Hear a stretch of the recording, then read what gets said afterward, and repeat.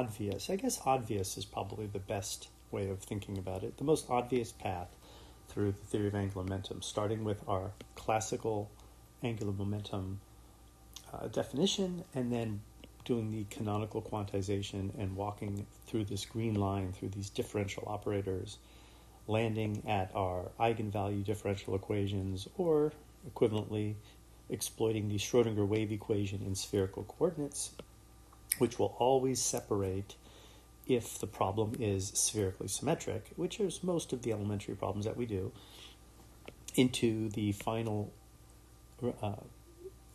functional forms of the angular part of any solution to the Schrodinger wave equation in spherical coordinates.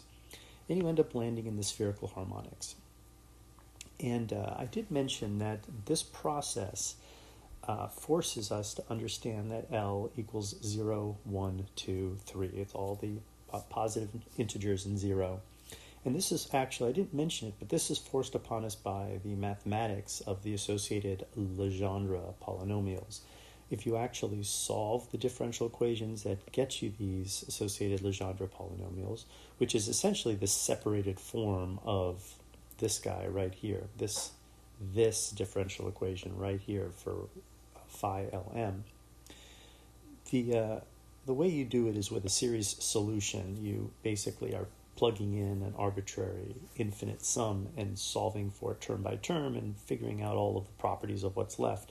But the only way that infinite sum will make any sense is if you choose a certain parameter in the sum L to be either 0, 1, 2, etc. Otherwise, the sum will never terminate. So that's what forces L upon us.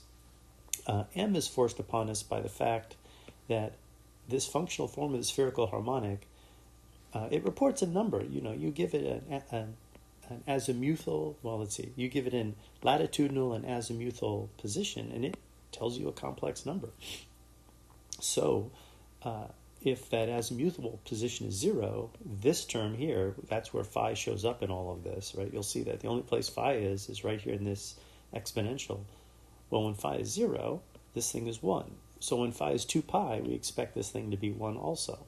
And the only way that can happen is if m is an integer.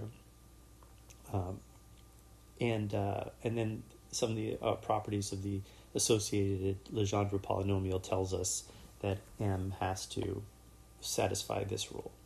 So we can get through this whole mess. This is the brute force and most obvious, and I think the most illuminating method. And this is my favorite method. Certainly I enjoy doing it. I like solving differential equations by hand. You do have to get familiar with all of these special functions at some point.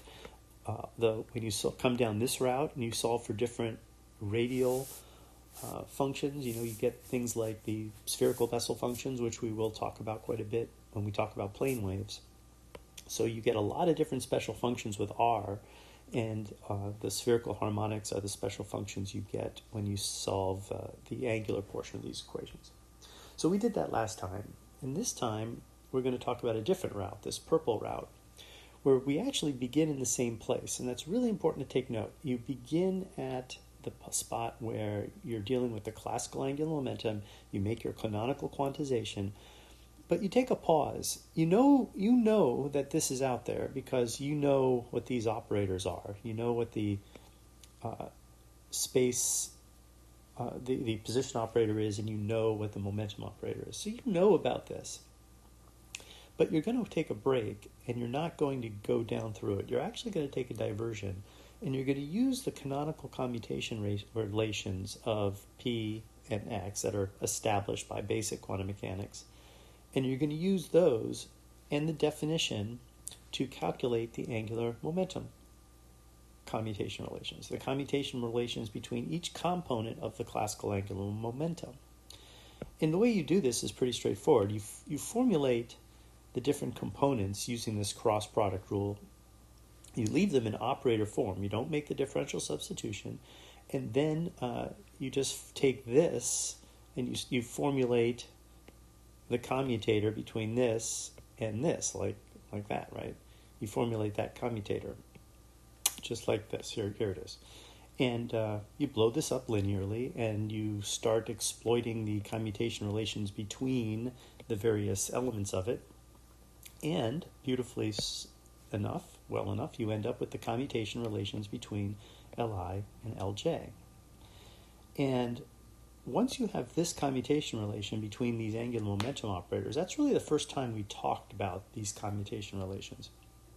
Notice we didn't talk about commutation relations going down here, except we kind of did, right? Because we learned that, hey, these two guys commute, therefore they share the same eigenfunctions. The eigenfunctions are a complete set. So the fact that they share the same eigenfunctions is based on the notion that they commute.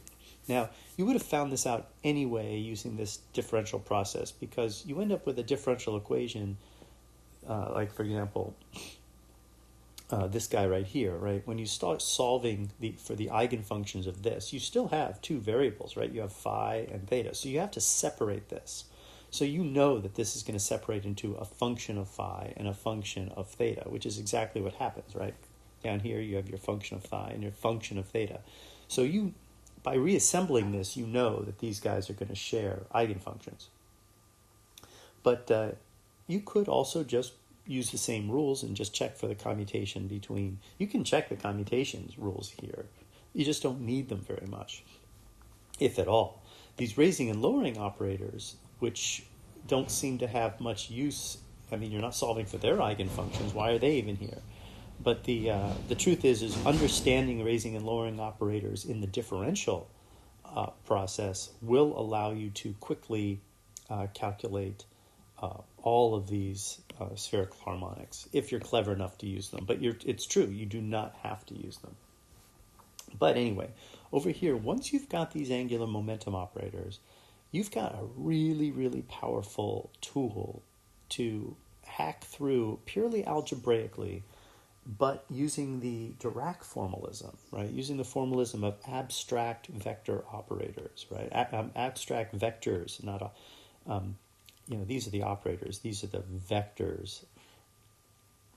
But using just the abstract vectors, you can calculate these labels and eigenvalues just like you did using the differential form. The way this is done is sort of famous, and everybody needs to go back and do it. If you don't remember how this happened, most quantum mechanics books do it, right? They do this first, actually, and then they go this way, which I feel weird, because I know in my book we did this way first and then this way. I don't. But the more modern the approach, the more you go over to this algebraic method, and then you use the differential. You always have to do this, but the more modern the approach, the more algebra, and there's still an even more modern approach than the one I'm about to show you here. But anyway, the point is you need to go through all of these algebraic processes to get these eigenvalues. You need to have learned how to do that. I'm not going to go through it. I was going to go through it, but that's a little bit too deep in the weeds here. But it is very critical that if you can't get from here to here through memory, I can understand not remembering the details, but you should walk through it once. It's not very hard, and I'll just remind you what you're looking for. You're looking to exploit. I've rewritten the angular momentum operators without the h bar here, so now it's just h, and I don't use some hats. But this, starting from this basic commutation relation of angular momentum, you define the raising operator this way. The raising operator is the first component plus I times the second. The lowering is the first component minus I times the second. You notice that the two of them are adjoint. Then you define the total angular momentum these three different ways, right? And these three different ways become really, really, really important. You note that the total angular momentum commutes with any function of the regular angular momentum. I put J here, but I meant H. This should be all H. And then you notice that they share eigenkets, and here's the process which you notice that they share eigenkets. You learn the action of H plus or minus on an eigenket of the total angular momentum and the projection. Notice that my total angular momentum, I'm leaving as C here. I'm not calling it L yet. But when you learn about that process, about raising and lowering of how these operators function. And then from there, you just broker everything step by step. And you show that this label has to be, this eigenvalue has to be greater than 0. The eigenvalue of the total angular momentum must be greater than 0. Then you have to show that that eigenvalue of total angular momentum minus the square of the eigenvalue for the projection must be positive. And this is only one way. There's actually another way to do it. This is the way I did it, I remember. Then you talk about laddering, how you can now start with the largest state or start with any state and create states till you hit the lowest state, identifying the lowest state, and so on and so forth until you finally figure out that you can call you can label the states with a number L, identify the eigenvalue with LL plus 1. You can determine that the smallest value for the projection is the opposite of L, the largest value for the projection is L, and so forth, so on and so forth. Everything I just kind of rambled through should be sort of familiar. The problem with this process is that when you do determine the values of L, what you discover is that these half-integer values are perfectly allowed going through this abstract algebraic process. And that becomes a pretty serious issue because over here, where we actually did the hardcore, straight-through, no-kidding physics work, we realized that, no, L can only be a whole number, a natural number. And so because of this, or a whole number, I guess is what it is. Whole numbers have 0, right? So because of this, we kind of have to broker this information to go back here at the end to get rid of the 1/2 and the 3/2 and the 5/2. All the half-integer values have to be destroyed or omitted as being non-physical because we've gone through this process and we've discovered the physics. Remember, this is the answer you need to do actual physical calculations. If you want to know where your electron is, you need this thing. This is not going to tell you where your electron is. This is going to tell you the relationship between the operators. You still have to plug through the differential equations to get the actual answer, which is why sometimes they even skip this in elementary quantum mechanics and they just go straight here. But you have to get rid of these 1/2 and 3/2. And the only way to do that, well, let me just put it this way. One way to do that is to go through this and realize that the only physical solutions are these.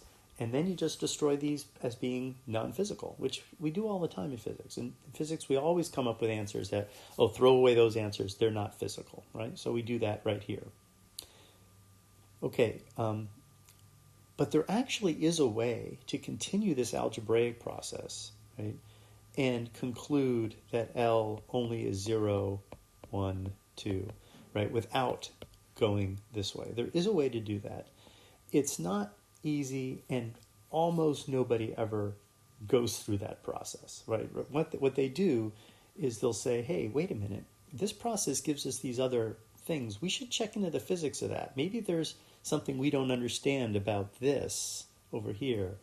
Or this is what's missing, something's missing here, but this tells us that it's actually okay.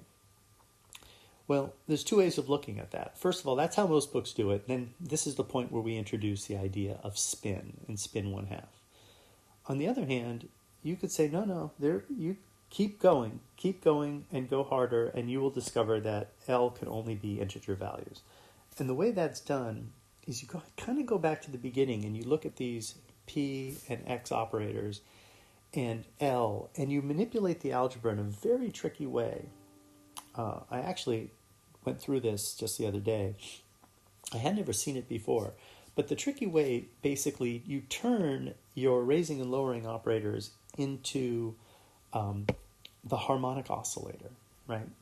You turn these L plus and L minuses and Li's and L3s, and you recreate the harmonic oscillator. And then you really learn that these operators can only move the harmonic oscillator up and down in units. And therefore, to be consistent with the harmonic oscillator methodology, and this would have to also give you only integer values. Not an easy analysis, actually.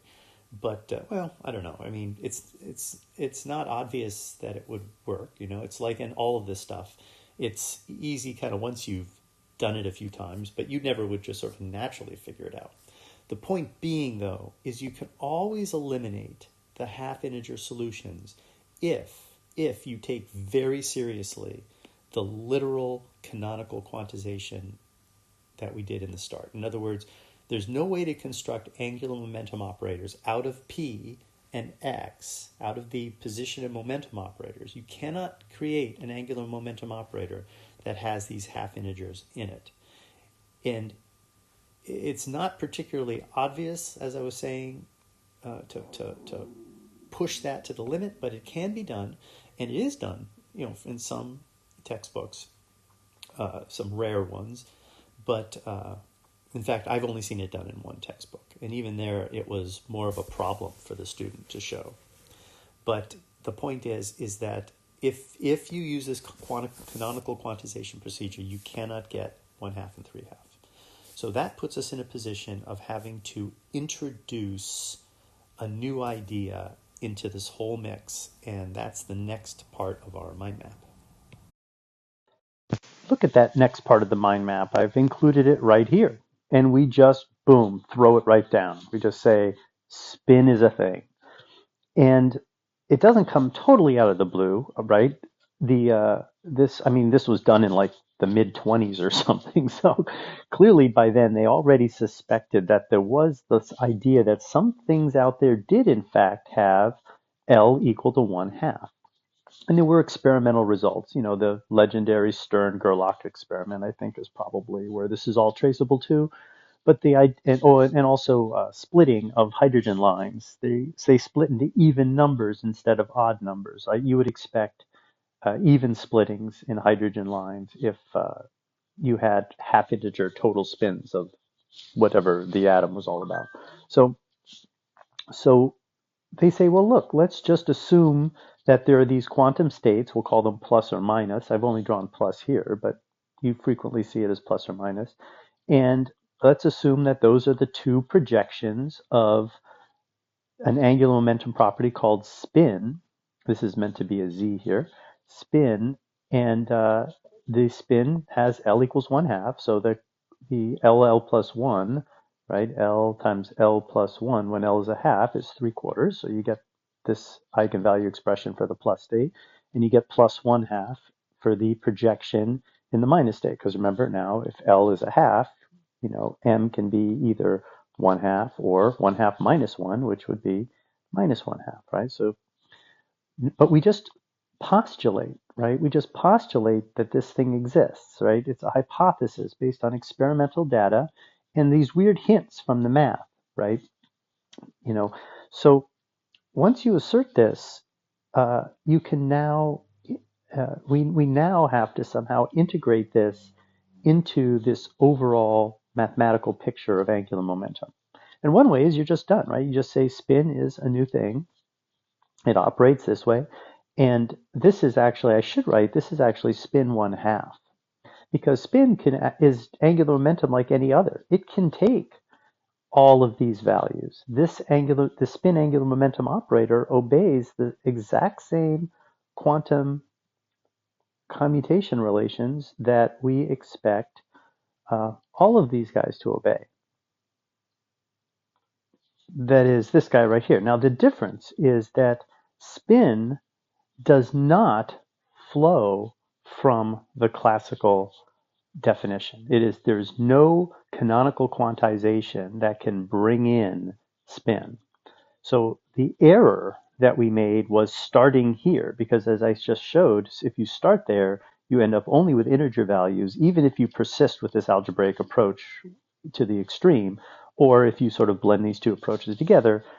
Once you start with these classical notions, you're done with half integer. So you have to actually introduce the half integers completely ad hoc, right? And it's there just to explain experimental data, right? So this is an example of a hypothesis added to the system in an ad hoc way. Although when I say ad hoc, that sounds a little pejorative. That sounds like, oh, this is just you're just throwing it in there. I guess the way to think of it is, no, we've actually got between this mathematical analysis and the experimental examination of what's called fine structure, we've got a reason to suspect that there's something going on quantum mechanically that has no classical analog. If it did, we'd be able to find something like this, canonically quantize it, and determine spin's existence. And you could say, oh, well, the classical analog of a spinning electron is literally a spinning ball, right? A little ball that's spinning around, right? There is some truth to that, right? There is some validity to that idea. The problem is when you take that apart, the classical story of a spinning ball really is this story right here, right? It's just little pieces of matter, though, with little r's and little momentum all integrated together. So you're stuck. You can't take a little spinning sphere, go through this classical canonization procedure, and end up here. You just can't do it. You would still end up with, in other words, you would still end up with integer values. So this idea of spin 1/2 is purely based on the suspicion. Something smells funny, and we now have to literally hypothesize that there is something about quantum mechanics that exists outside of our experience that cannot be explained through classical means, which is just another way of saying outside of our experience. And we call it spin. We say that the spin has its own set of operators. Those operators behave with the exact same commutation relations as these guys do, right? The difference between them is the canonical origin, right? It's what role do these operators play? That's the big difference, right? That's what distinguishes the two. These are just presumed to exist purely without any uh, uh, contact to the classical world. So they're just thrown into the theory, and I think it's fair to say that it's kind of ad hoc.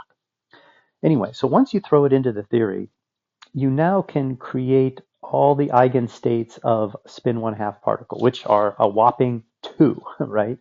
And that brings us right into the two-component formalism. So notice this part of the mind map actually starts here, right? I mean, I wish I could shrink it all down to one little big map. Maybe I'll try to do that later. But we're no longer starting, everything sort of started here before. Now we actually kind of have to start all fresh from spin, right? And so to handle the mathematics of spin, we end up in the Pauli two-component formalism. This two-component formalism is worth us spending time on because ultimately all the analysis in QED that has to do with the Dirac equation and a vast majority of how Feynman diagrams are handled uses the mathematics that's laid down in elementary quantum mechanics through the Pauli two-component formalism. So this is totally something that we're going to spend a lecture or two going through and really chewing on in detail. But once we now associate this, we now realize that, if an elementary particle, an elementary particle moves through space, right? It's here, it's got an R and it's got a P. So it's got an L, right? It's definitely got an L, or an L operator, right? But inherently, we're now going to say ad hoc, by assumption, it also seems to have an inherent spin, which means when it's not moving, when it's not moving, right? When we discount these variables, because, well, let's just say it's not moving. If it's not moving, it's got no angular momentum, right? So if you got this electron just sitting there with no angular momentum, hey, guess what? It actually has angular momentum. It has angular momentum of 3/4 h bar, right? Or h bar squared. And therefore, it this spin now becomes an inherent uh, property of the electron by assumption. By assumption. And when I say by assumption, understand that it's based on observations, right? We're trying to explain things that are observed in laboratories. So we now realize that, well, so now what if I give it movement? If I give it movement, then all of a sudden it has L. Okay, so what's the total angular momentum, right? That's a totally fair question now. We can now ask, the angular momentum must be the sum of the spatial angular momentum, or we call this the orbital angular momentum. I've been avoiding that word, but now it's perfectly appropriate because I have something to distinguish it with, right? We now have the orbital angular momentum and the spin angular momentum, and the total angular momentum should be the sum of those two. I should put that little hat there. And this idea gives us the notion of the addition of angular momentum. So the way I'm going to actually kind of put that in here is, where's my yellow? Once you get spin 1/2, that allows you to start thinking about the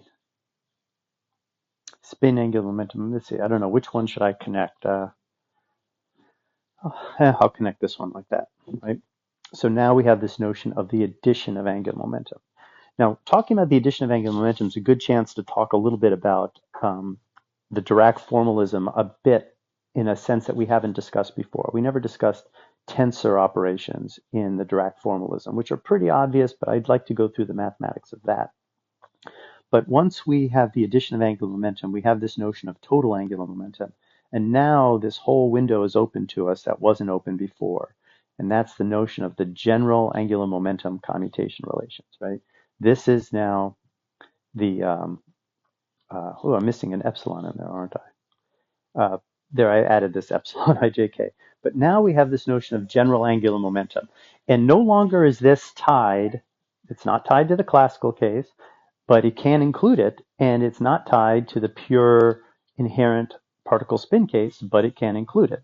And this addition of angular momentum is just something you've got to learn about. It's a very, very important subject, and it allows you to solve all kinds of problems. In particular, I think I put one out here somewhere, the fine structure problem, and which is another thing that we should have a quick look at because it starts talking about how the electromagnetic field is accounted for in quantum mechanics, and QED is all about the electromagnetic field. So getting that under our belts are important. And there's really no reason not to, point out that the Clebsch-Gordon coefficients is a thing. These don't show up that much in QED, so the good news is we don't have to study them a lot. But this is sort of another topic that kind of flows out of the addition of angular momentum. Actually, I should put that. I think I'll put that mind map like this, right? And it has to do with coupling and uncoupling coefficients.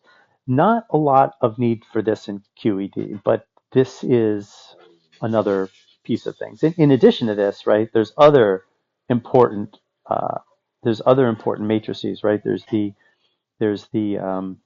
Wigner D functions, right? Oops. There's a whole bunch of things. Wigner D functions, Rockoff coefficients, 6J, 9J, 12J symbols. Actually, the Wigner D functions don't really fit into this, I guess. That has a little bit more to do with the rotations. So anyway, so I think that's it for now. We've kind of covered this, how spin is introduced into this process. And in the last lecture, we're going to describe the most abstract way of getting at the theory of angular momentum, which goes through this notion of just starting with the mathematics of pure rotations in space and how that flows into this from the very beginning. Ultimately, though, I got to point out, everything kind of leads back to spherical harmonics for the spatial part of the wave function and the Pauli two-component formalism for the spin part of the wave function. And that's why we really need to focus on this, because we've got to get really comfortable with the Pauli matrices and how Dirac or Pauli stuck these in, and then how Dirac used this to create the Dirac equation. And the most typical ways of solving the Dirac equation really leans on these Pauli matrices. Okay, so I think that's enough for now, and I'll see you next time.